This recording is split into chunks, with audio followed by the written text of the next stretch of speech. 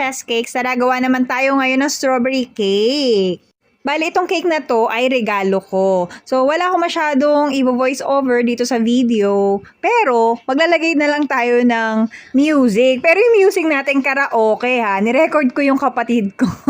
Nirecord namin yung pagkanta niya. So, nirequest ko tong kanta na to kasi gusto ko rin tong kanta na to. F4 fans! So, yun lang.